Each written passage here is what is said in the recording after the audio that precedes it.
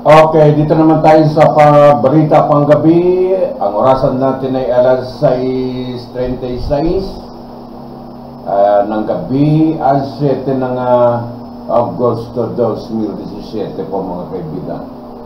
Bago tayo maghimay-himay ng balita, itong Duterte administration ayon po sa balita poses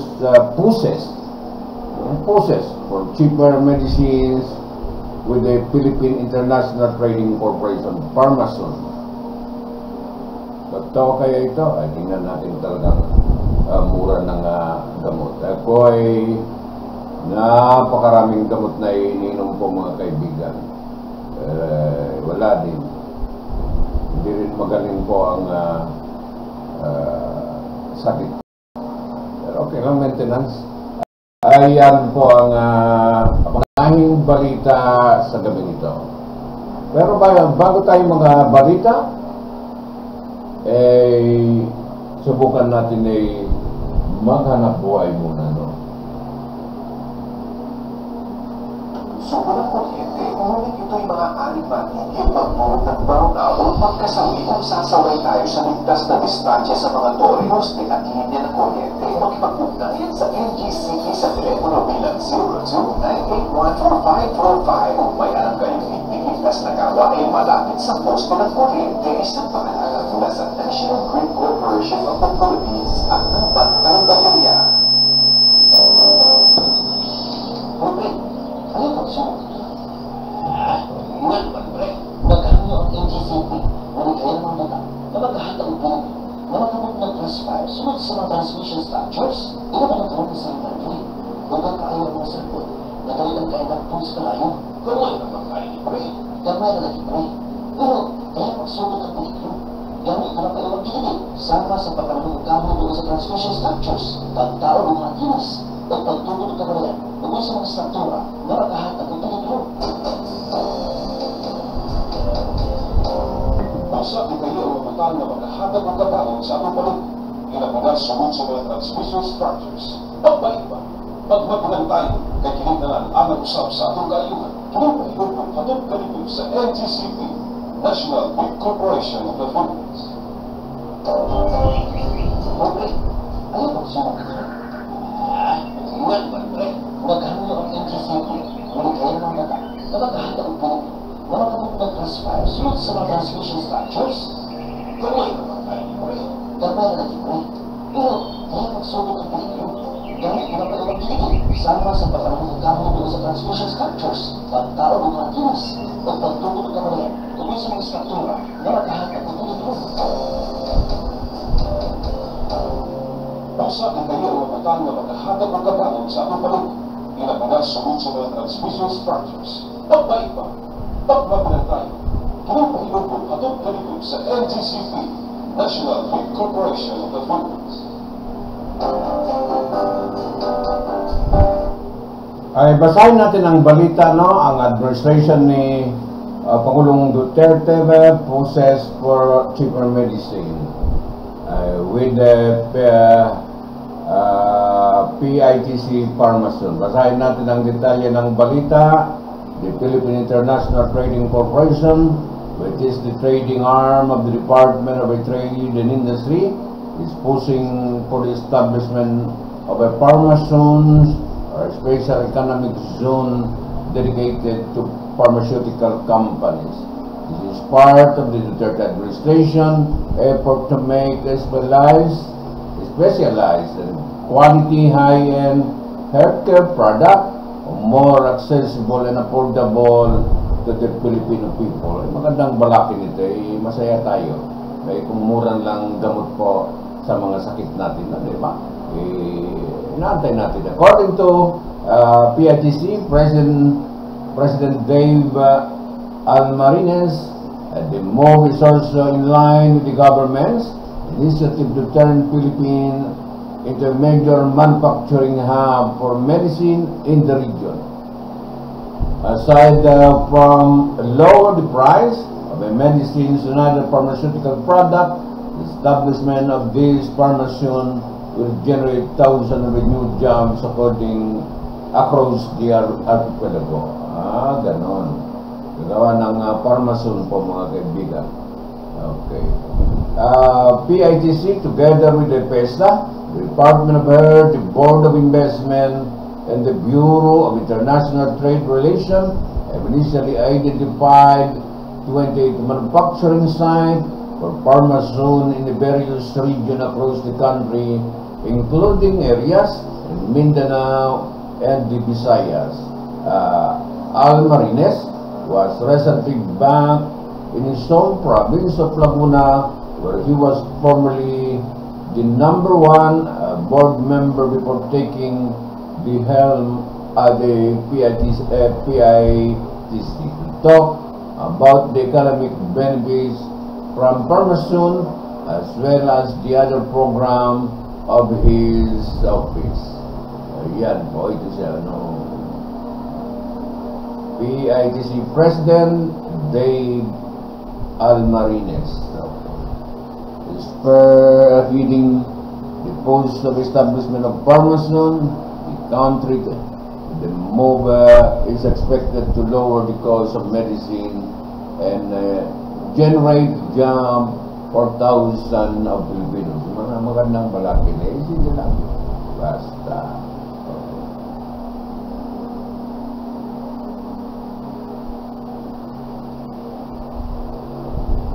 Bigyan natin naman itong tourism, no?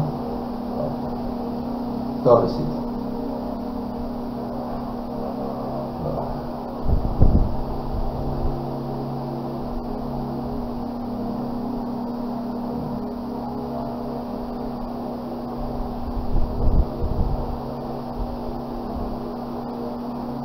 Itong Balaki naman yung airport in Sipalay will boost tourism in southern Negros. Ito ay ang balita po. The opening of the airport in Sipalay, Negros Occidental is seen to boost development, particularly in the tourism sector in southern part of the province. It will surely contribute to a significant increase in the tourist arrival of Sipalay as well as other localities in the South Christine Manzanares, Provincial Supervising Tourism Operation Officers said Thursday. Sipalay, situated about 170 kilometers south of Bacolod, is known for its beaches and dive site, attracting foreign tourists including the European. Ayan po. Okay. Governor Fredo Marañon Jr. and Sipalay City Oscar Montilla Jr. led the inauguration and blessing of the airport Wednesday, coinciding with the inaugural Sipalay Cebu flight of Air One Aviation Incorporated. Air One. Okay. Air One Aviation. The flight transported the city councilor who attended the Philippine Councilor League Assembly in Cebu. Air One Aviation Incorporated was represented by President John Anthony Gutierrez. During the opening ride, we have a 4th flight weekly with 9 passengers in every flight. 2 flights are between Sipalay and Cebu every Wednesday and Sunday, and 2 others during Monday and Thursday between Sipalay and Iloilo. Marañon said the airport is a big boost to the tourism industry of Sipalay and its neighboring localities. The airport will play a vital role in the economic development not only in Sipalay but also for southern Negros, he added. The governor's statement was echoed by the Manzanares, saying the opening of the airport will make the trip of both tourism and the resident easier and faster. It will open up more possibilities for other airline companies to consider Sipalay as their route, she added. For this part, Montilla said the airport will bring in more tourism and investor and will post the Sipalay and southern Negros for the tourism map.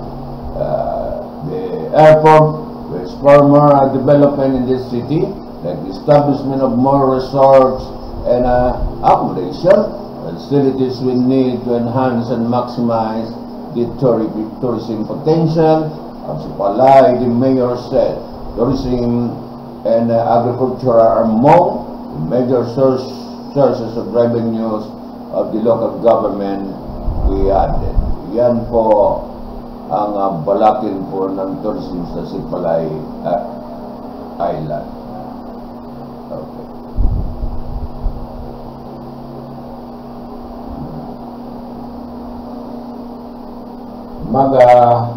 Hanap buhay muna, no? Okay.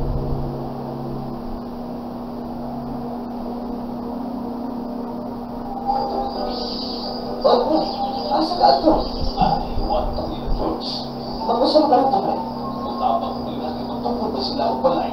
Oo ba? Asa po naman, pre? Ikaw ni George ka, tulungan daw sa may transmission structure. Masa? Magalat na ko mo.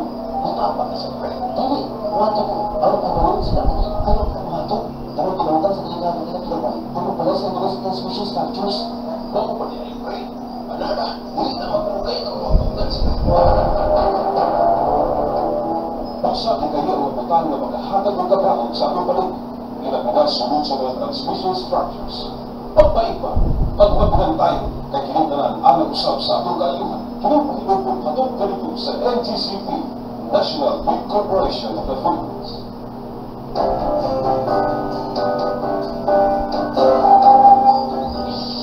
Okay, asa ka ito? I want to be the first. Mag-usap ka rin ito, pre. Matapang nila, magtungkol ba sila o palay? Oo ba? Asa po naman, pre? Ikaw ni George ka tulungan daw sa may transmission structure. Masa? Magalat na ko mo. Matapang ka sa pre. Dali, wato ko. Araw na maroon sila. Ayaw ka mato. Pero tulungan sa kanilang nila kilaway. Tulong pala sa mga transmission structures. Bago pa nila yung pre. Manada, hindi na magpugay ng mga pagdan sila. Basta di kayo ang matang na maghahatag ng kabraon sa aming palig. Ilabagas sunod sa mga transmission structures. Pagpaiba, pagbabalan tayo. Kinupahilupon patong ganito sa NGCP, National Grid Corporation of the Philippines.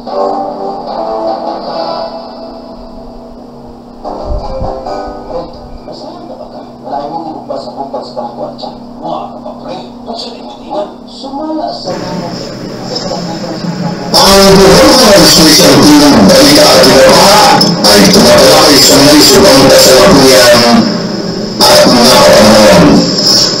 Mga politika, mga opinion o komentary at balita ang programa ay para sa lahat.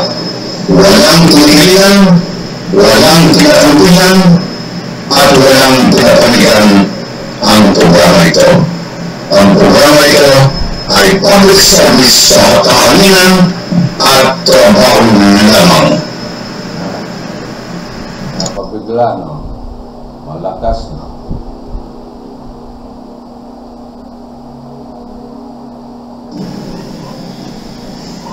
Alam mo sa mga ng balita at ipapatuloy ay country inside country product. Ang country product ay matatagpuan po dyan sa Cotabato City, may tatlong branch na sinadyan sa Cotabato City. Tara na, country pizza at country product mo yung mga masarap na pagkain ay dito ay halal na pagkain.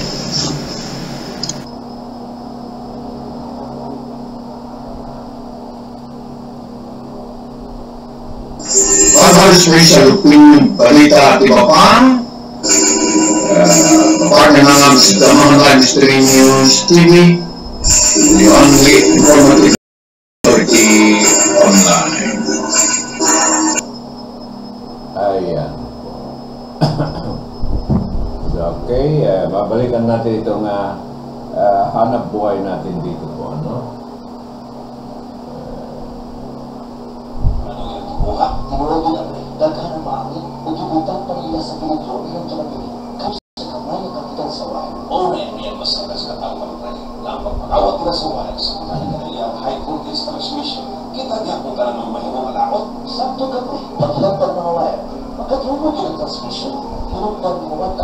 tayo sa kuryente. Ay, mauna. Damay ka naman, pre. Basta kayo matang na makahatag ng katawan sa aming balon. Ilang sunod sa mga transmission structures. Pagbalik pa, pagmagunan tayo. Kaya kinintanan ang usap sa atong kalihan. Kinupahinog ng hatag kalibig sa NTCP, National Big Corporation of the Philippines. Higtas na daloy ng elektrisidad at mabilis na servisyo atin sa mga kumukonsumo ng kuryente. Ngunit ito'y maaaring manigil magdulot ng brownout o pagkasawi kung sasaway tayo sa ligtas na distansya sa mga tore, poste at linya ng kuryente. Makipag-ugnayan sa NGCP sa telepono bilang 02-981-4545 kung may alam kayong hindi ligtas na gawa ay malapit sa posto ng kuryente. Isang paalala mula sa National Grid Corporation of the Philippines. Okay. Basahin natin itong balita ito. 18 Foreign Minister meet in Manila. Nandito na si Tillerson. Okay. Basahin natin itong balita ito, no? 18 Foreign Minister met in Manila Monday for the 7th, kanina pala ito, 7th East Asia Summit IAS Foreign Ministers Meeting, chaired by the Philippine Foreign Affairs Secretary Alan Peter Cayetano. The IAS discussed the future direction of East Asian cooperation. In his opening statement, Cayetano said the 7 EAS aim to move forward cooperation in various areas that would result to a positive chance for the region. The East Asia Summit is the evolving Asian-led regional regional architecture provides us with a platform of a dialogue on board the strategic issue and of a common interest and concern with the aims of the promoting peace, stability, and economic prosperity in the East Asia, he noted. Okay. We shall exchange views on the future direction of the IAS cooperation on the regional and international issues of common concern that have profound impact on peace and security of our region, and discuss preparation for the 12th East Asia Summit scheduled in November 2017. Cayetano added, the IAS is composed of the 10 member states of the ASEAN and its 8 dialogue partner, including China, Japan, South Korea, India, Australia, New Zealand, Russia, United States, mga kaibigan. Ayan po ang pag-meeting ng 8th Foreign Minister meet in Asia. Mag-usahin po ito nga si Deputy Secretary Alan Peter Cayetano. Okay. Ano pa itong susunod na balita?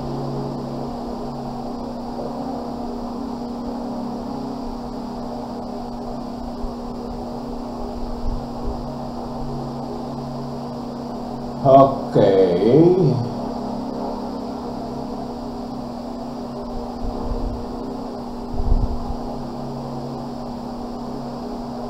Balita pong balita sa kasalukuyan. Ang orasan natin, 6:56 na po ng gabi. 6:56 na ng gabi. Wala pa rin record.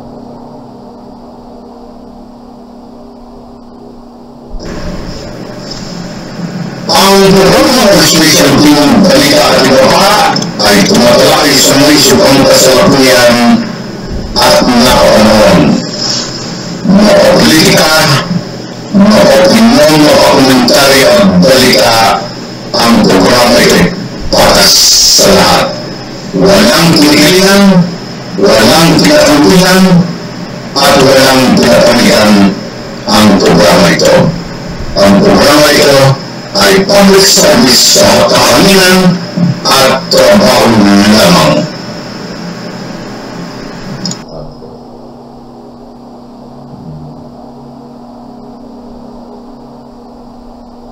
Anong problema ni Tugade, no? Tugade said kept things up with the move to Clark. Okay. I recently had the opportunity to visit the new head office of the Department of Transportation in Clark, Pampanga, and I must say that I am impressed with the vision of its Secretary Art Tugade. Nestled among the huge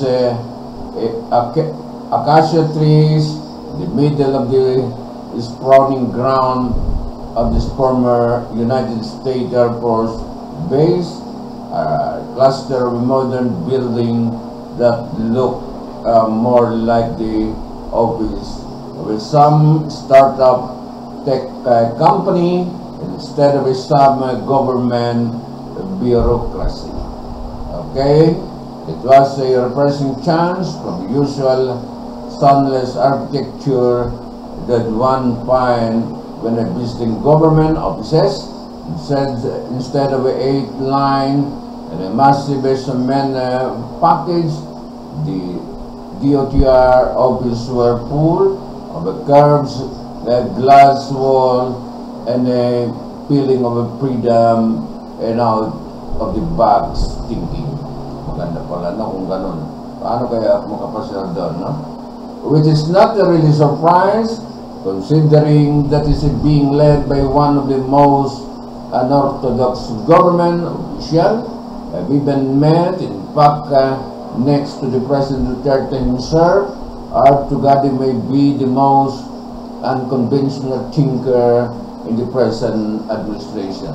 Ganun ba yan? Okay. Just take this move, for example, it hasn't exactly made him the most popular man in his department.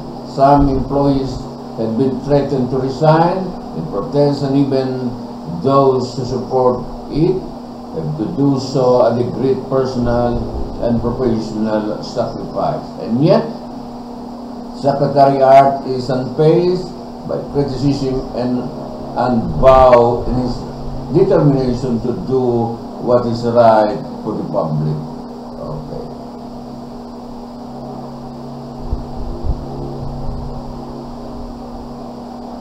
In our conversation during our visit, he was talking a lot about sacrifices, about how people in the government must be willing to take sacrifices for the country.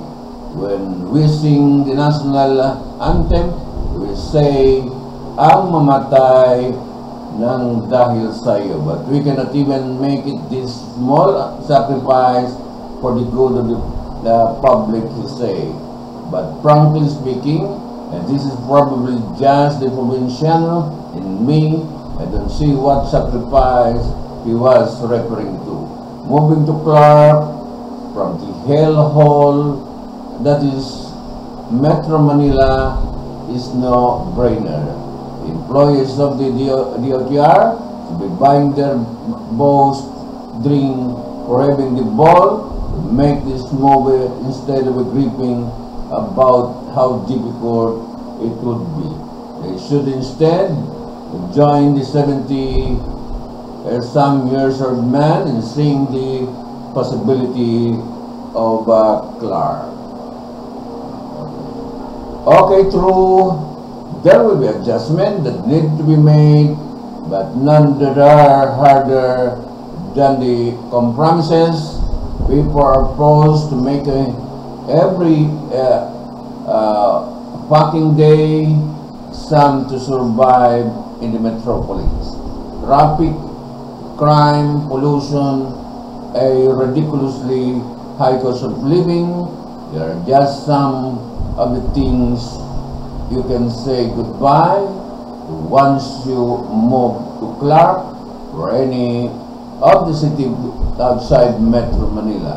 Heck, travel time from Quezon City to Clark, and even shorter than we drive from Novaliches to their former office in Ortigas, and as around about the housing, and it turned out that buying a house in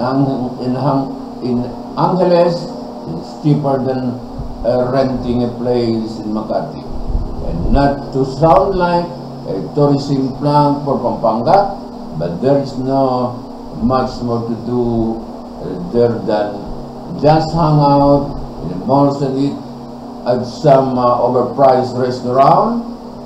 You can hike, visit the museum, go to a 4D theater, watch those crazy colored balloon, eat the authentic Kapampangan food, enjoy the fresh air, and spend quality time with your family.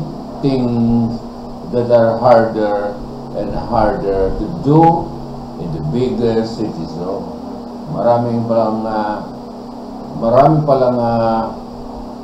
kahoy pa ang Clark, no? Okay. Akasya, marami akasya.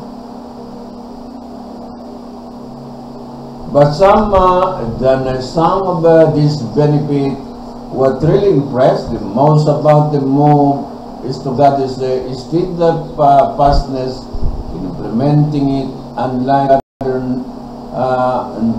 namby-pamby government official. Filipinos have been used throughout the years.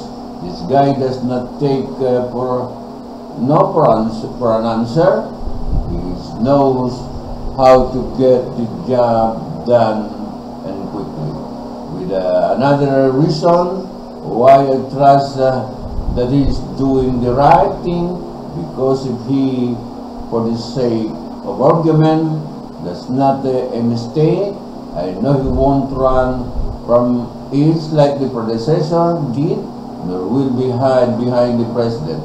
That does not strike me as being in any way similar to that idiot John Nabaya. Nako, sakit yun. Whose legacy of incompetence with the DOTR and surpassed only by his tenacity in holding to his job. This no surprise, but nothing on his scale was ever achieved during his term. Kaya nabanggit ka talaga kahit wala ka na sa pwesto, nabanggit ka talaga minsan sa istorya po mga kaibigan, no? Kaya mahirap talaga. And as we left Clark, I have the feeling that despite the good that he was trying to do, Secretary Tugade will be in some tough time with his critic, with his scope and magnitude of what he is trying to do. Make it certainly that there will be people who will oppose him. But thing is the same scope and magnitude that scares some people is precisely the reason why we must get behind the advocacy of Tugade. Not only does it provide the employees of UTR in a fresh start, it also help the congestion Metro Manila and makes for the other concerned government agency to make the MOBA sweat. The bottom line set up are showing us that is why past time we stopped being selfish and started looking out for the rest of the country, especially if you are in public service.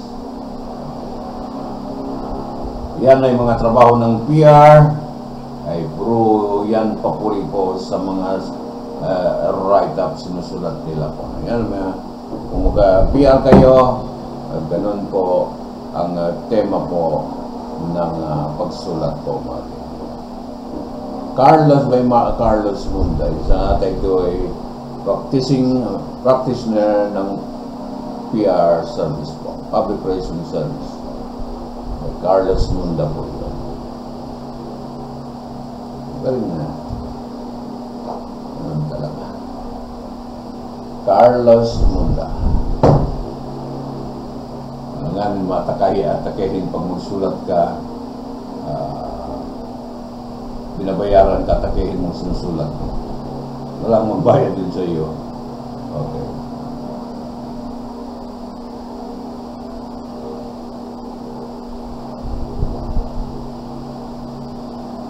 Ang orasan natin ay 7:07 na. Bilis po ang takbo ng oras, no? Okay. Itong underspending remain a major flaw in budget execution. Problema pala ng department ng ang budget, no? Okay. Basahin natin itong si Secretary Benjamin Joseph. Pero bago tayo magbasa, ay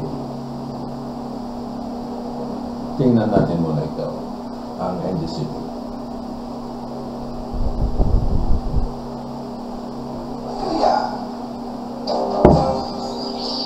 Okay, ano ka siya? Well, pre, naghanyo ang NGCP. Namakabot ng crossfire, sunod sa mga transmission structures, ito ba nagkaroon sa mga pre?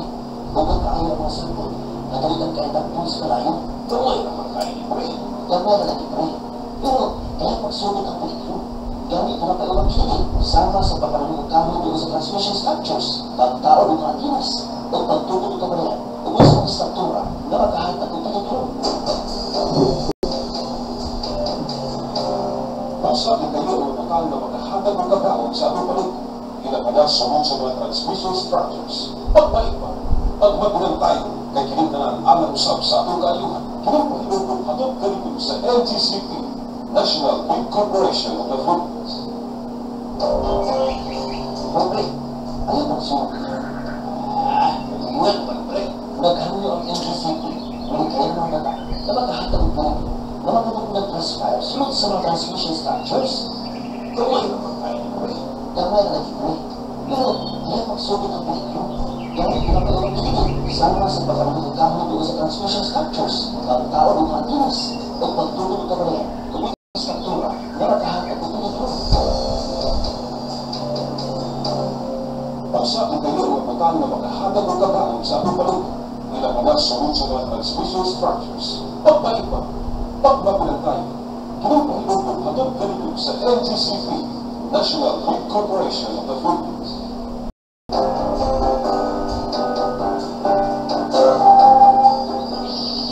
Pre, asa ka ito? Ay, huwag kami ng Diyos. Mag-usap ka ito pre. Matapang ko yung natin magtungkol na sila ang balay. Oo ba? Asa po naman pre? Ikaw ni George na kulungan daw sa may transmission structure. Bawala ko ko. Tama ka sa friend. Dali, wato ko. Aron ka bawal sa dati ng ano ang wato. O tinawag sa delikado kinatulungan. Kung pala sa mga sa transmission structures. Ako pa niya yung friend. Manara, hindi na magpugay na mapapugan sila. Masabi kayo ang lokal na maghahatag ng kagaon sa atong balik. Inapalas sunod sa mga transmission structures. Pagbalik pa, pagmagulang tayo, kay kinintanan ang usap sa atong kaayuhan. Kinapahilong sa NGCP, National Big Corporation of the Philippines.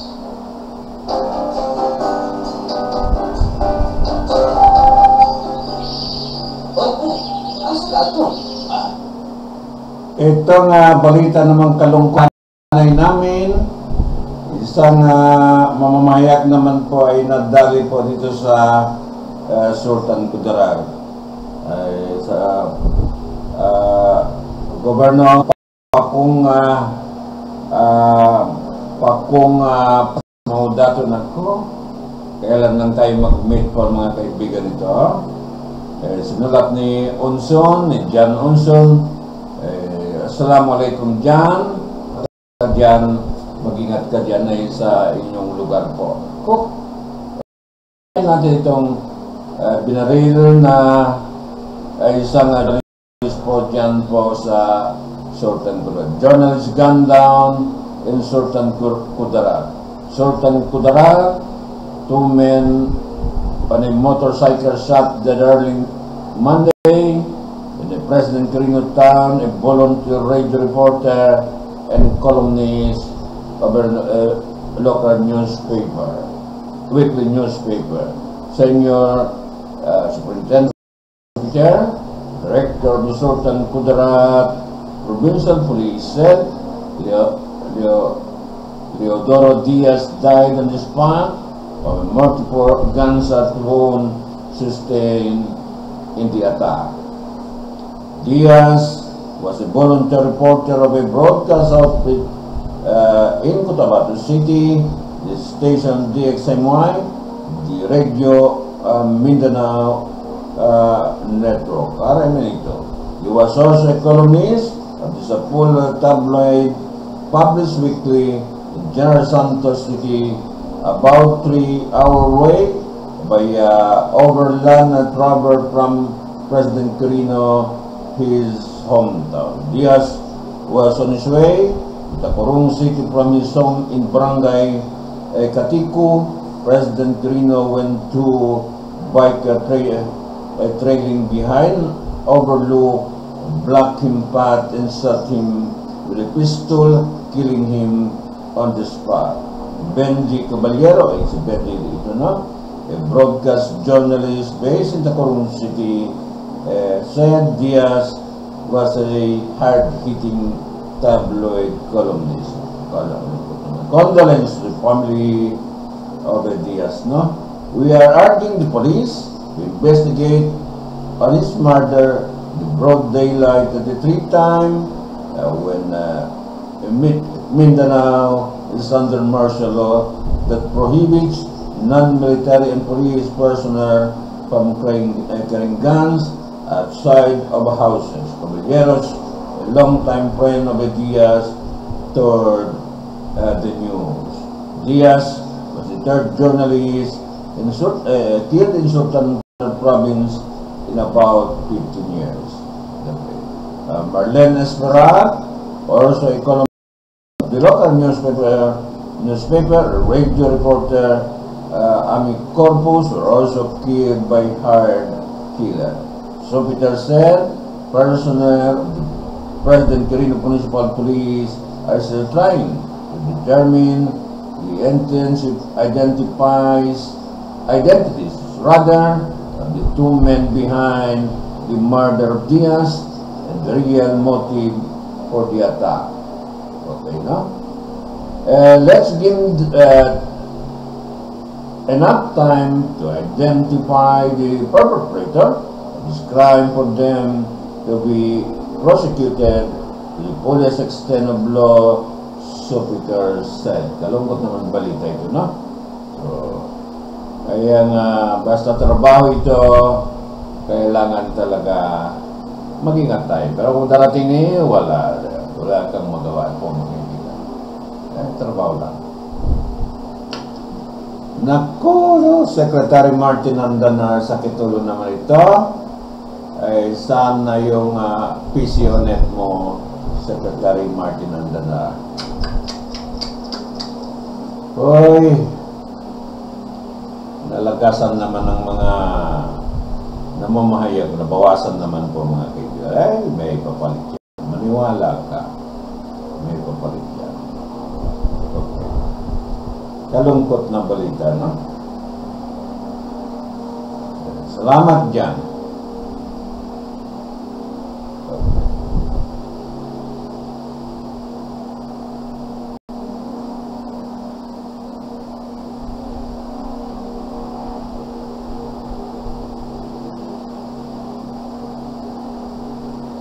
Hay, nako, Secretary Martin Andanar, kailangan tayo mag-press con.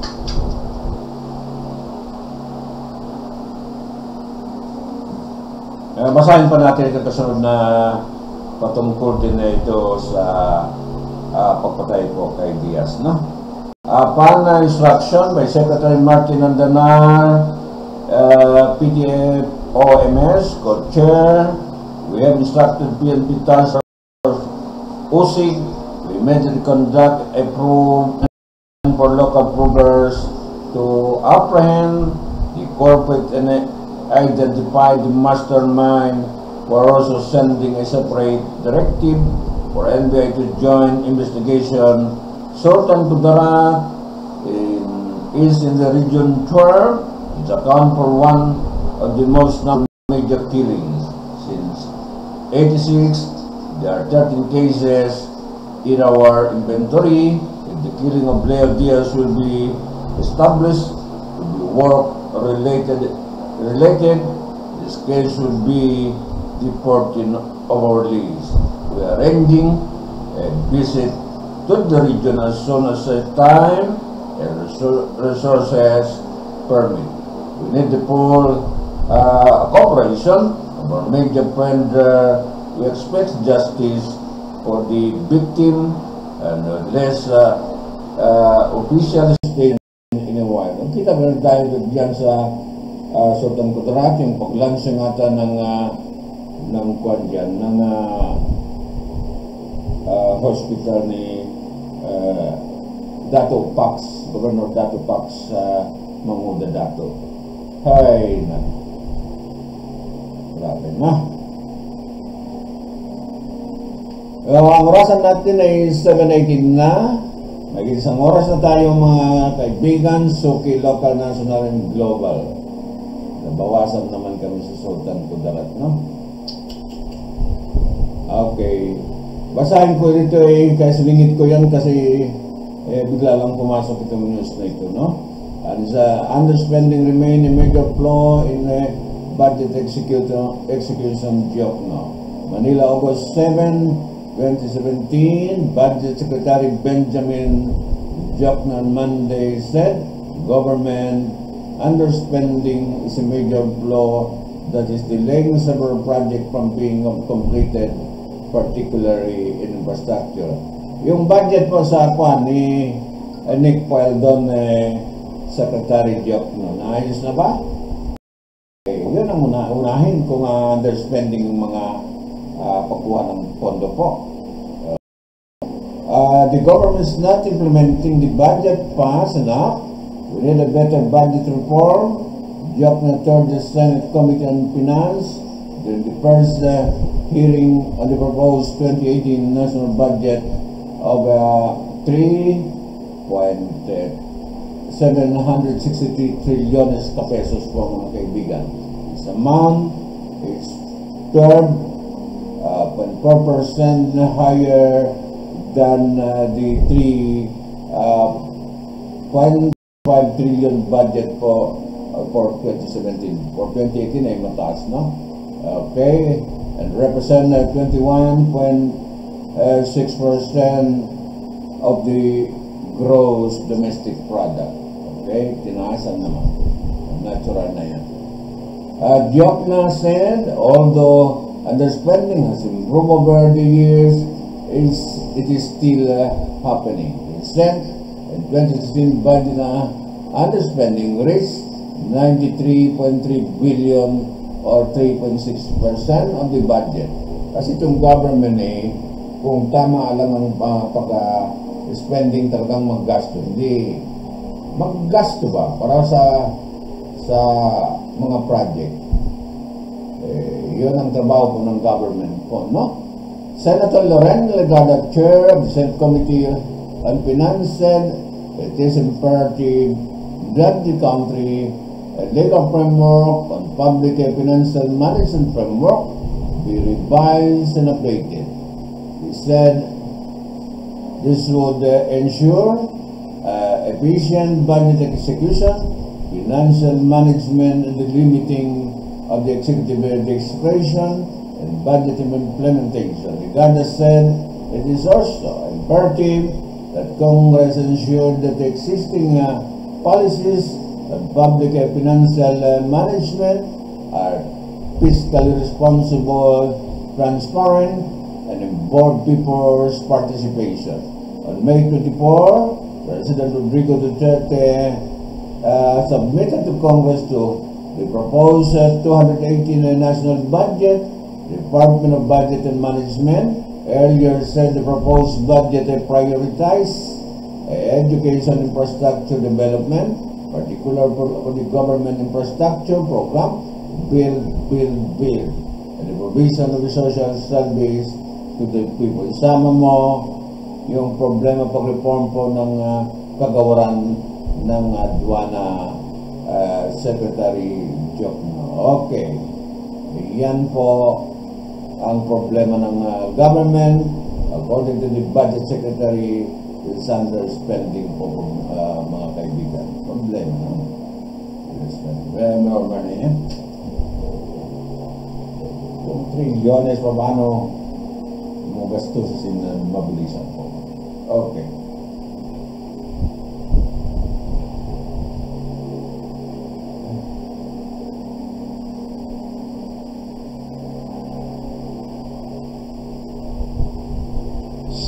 Tapos sa mga ito ba? Matapang mo yung laki magtungkol ba sila o balay? Oo ba? Asa po naman pa rin? Ikaw dito, sila kulungan daw sa may transaksyon. Basta, nakulat na ko mo. Matapang na sa mga rin. Dali, wato ko. Ang kabalong sila ko. Ano ang wato? Kung kinautan sa mga ito, kung pala sa mga transmission structures, bawa ko nila yung rin. Manara, ulit na magpugay ng mga Basta ang kayo ang matang na makahatag ng kabaon sa aming palig. Ilabalas sunod sa mga transmission structures. Pagpaipa, pagbagulan, hinupang katong kalito sa NGCP, National Food Corporation of the Philippines.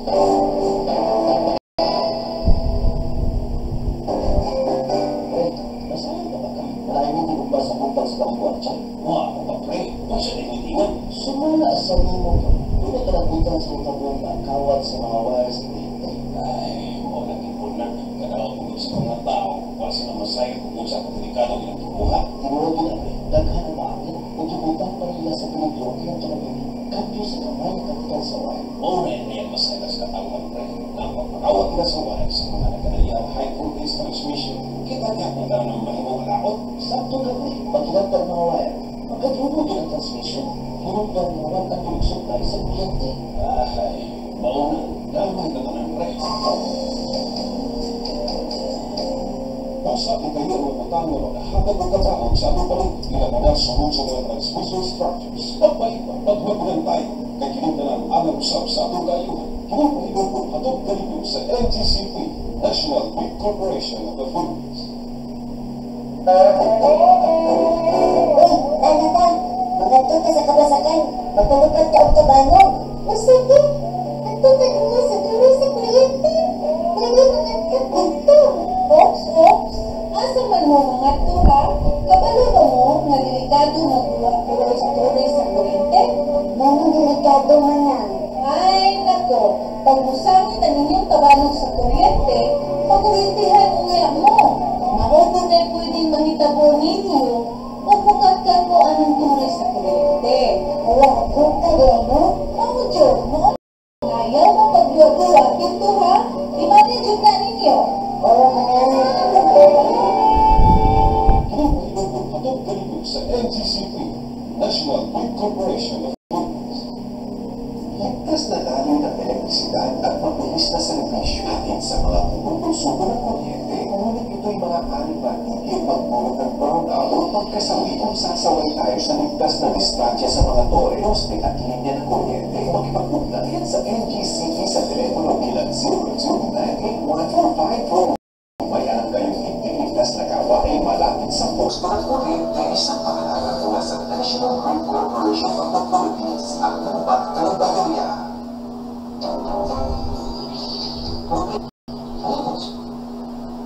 Para makarami, tingnan natin itong balita naman sa opisina ni Secretary Manipinyor ng DA.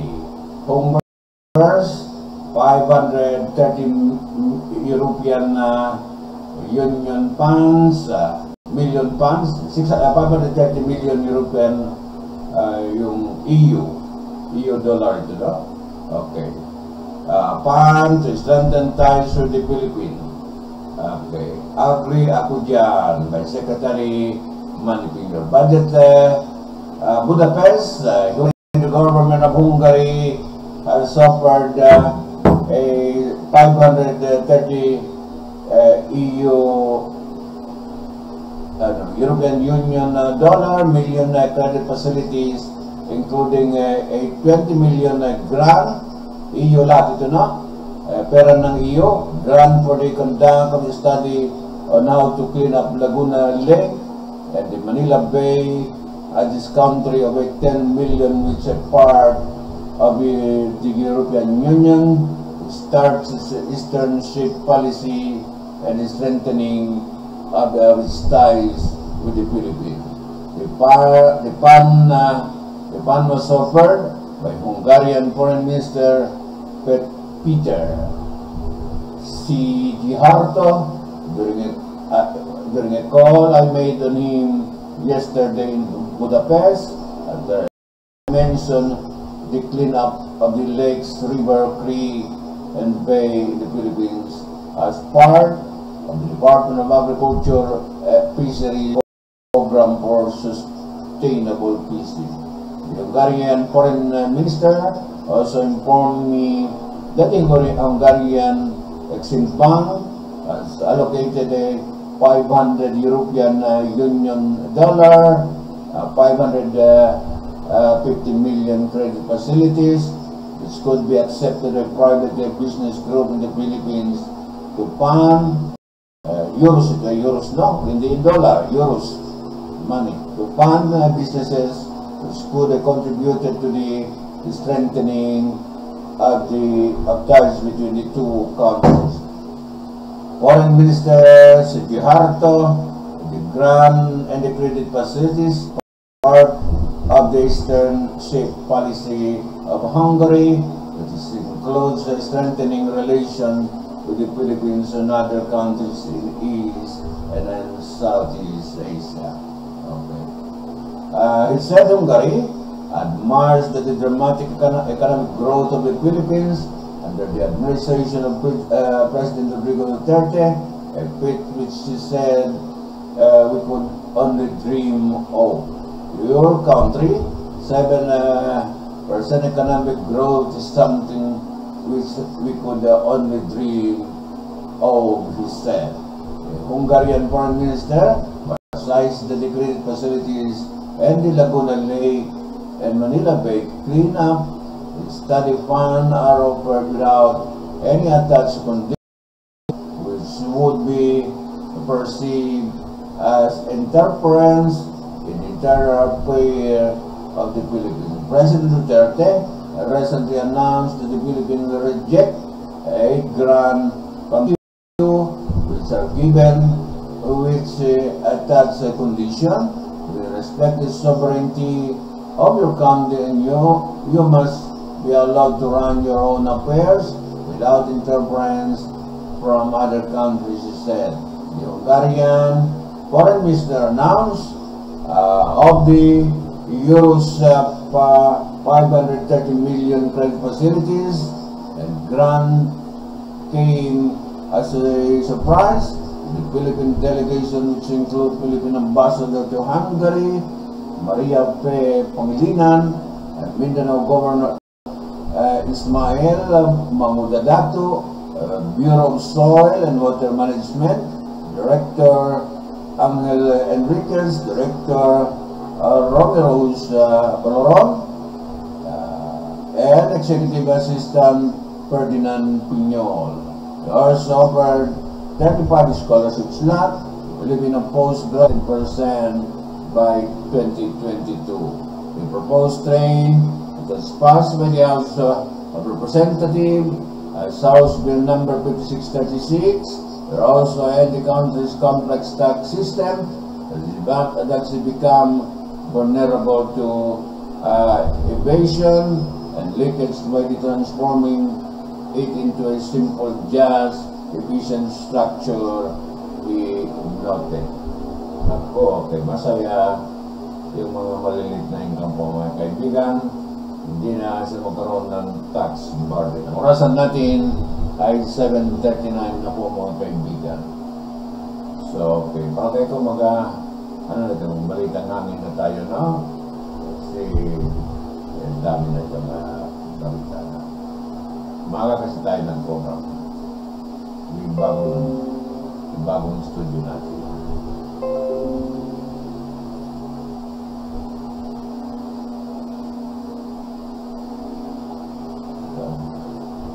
Okay,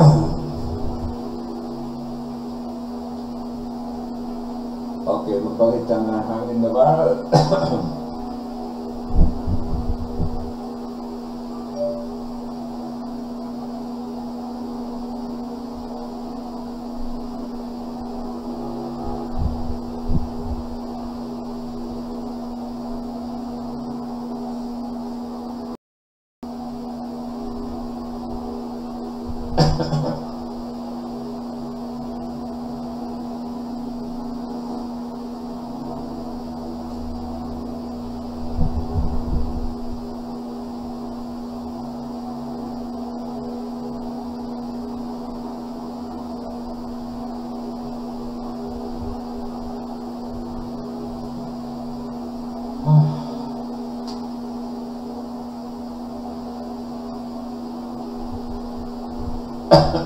Lobo.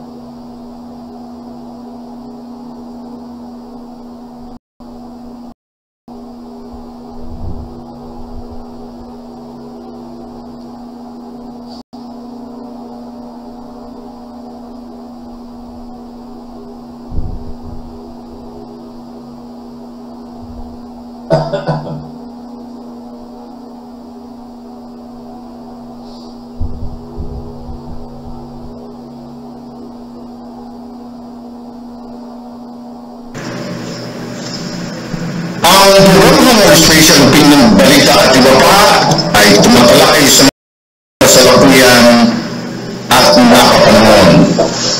Mapapolitika, mapaopinyon, mapakomunikasyon at balita, ang programa ito'y patas sa lahat. Walang pinikalingan, walang pinakampihan, at walang pinapamigan ang programa ito. Ang programa ito ay public service sa kahanginan at trabaho lamang.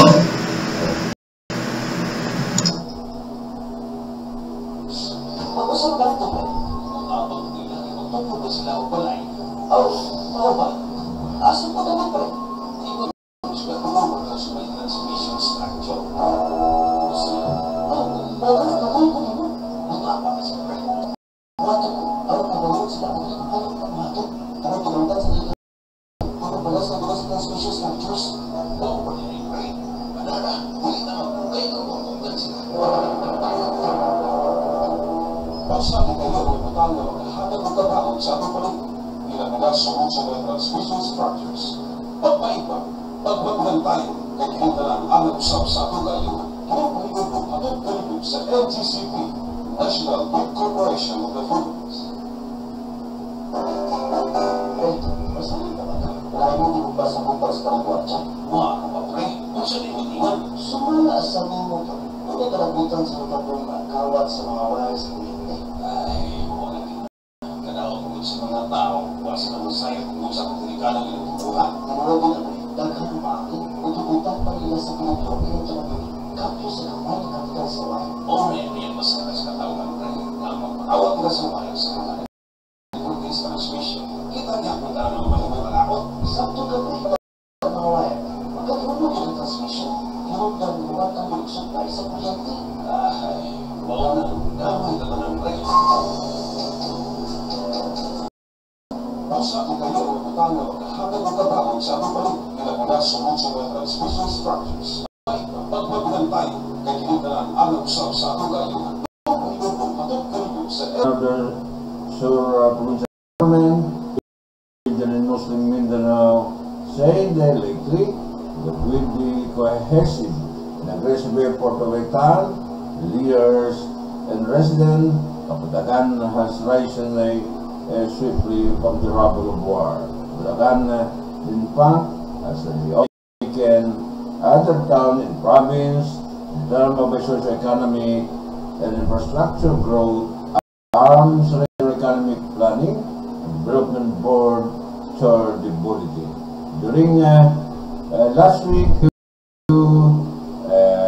Mayor Maglangit said the provincial government has lent a fleet of heavy equipment to open some 10 kilometers of a new road linking four coastal barangay of Bakikis a man,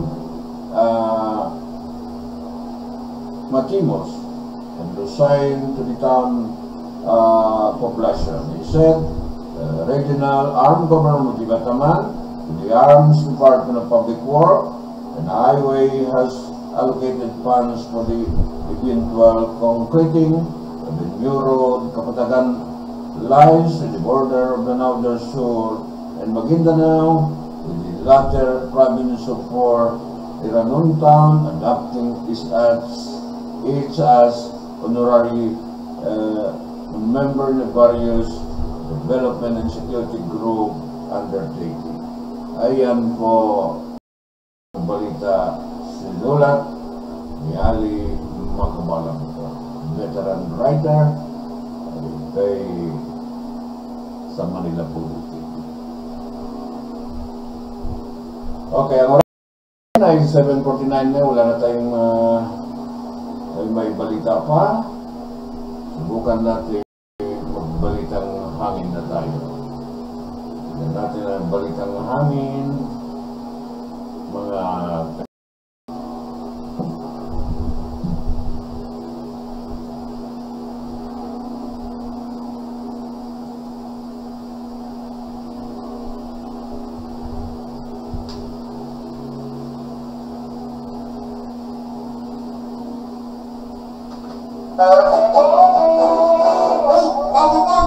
Nandito ka sa kabasakan, magpalipad ka o kabanog. O sige, magpatanong ka sa tuloy sa kuryente. Pwede mangatkat dito. Oops. Ano mangatto ha? Kabalo ba mo nga delikado magpulo sa tuloy sa kuryente? Ganun delikado man. Ay, nako. Pag musangit ang inyong kabanog sa kuryente, pag-urintihan uya mo. Mauna na pwedeng mahitabo ninyo o bukagkan mo anong tunay sa kuryente. Wala kang kagano? Maudyo, mauna, ayaw mo pagluwag sa ito ha? Imanidyo na ninyo.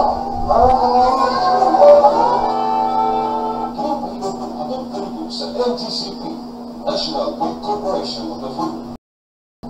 Ligtas na daloy ng elektrisidad at mabilis na serbisyo hatid sa mga kumukonsumo ng kuryente. Ngunit ito'y maaaring matigil magdulot ng brownout o pagkasawi kung saksaway tayo sa ligtas na distansya sa mga tore o street at linya ng kuryente. Makipag-ugnayan sa NGCP sa telepono bilang 009814545 kung may alam kayong hindi ligtas na gawain malapit sa posto ng kuryente. Isang pangalaga mula sa National Grid Corporation of the Philippines at ng Bantal Bateria.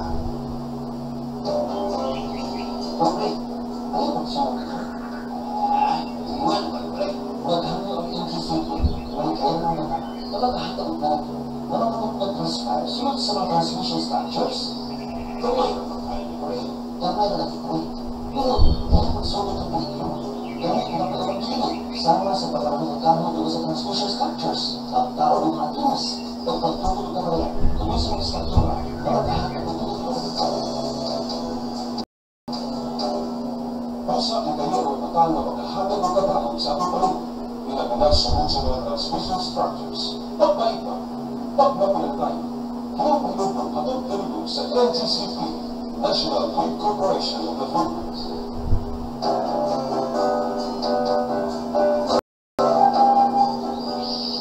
Okay, asa ka ito? I want to win first. okay, ang hangin na tayo. According dito sa balitang lokal, 86 Fahrenheit, feel like 85 Fahrenheit, minimum 73, maximum of 95%. Mixed daw. MIST raw ang General Santos City, no? Dew point na 76 Fahrenheit, wind chill 88.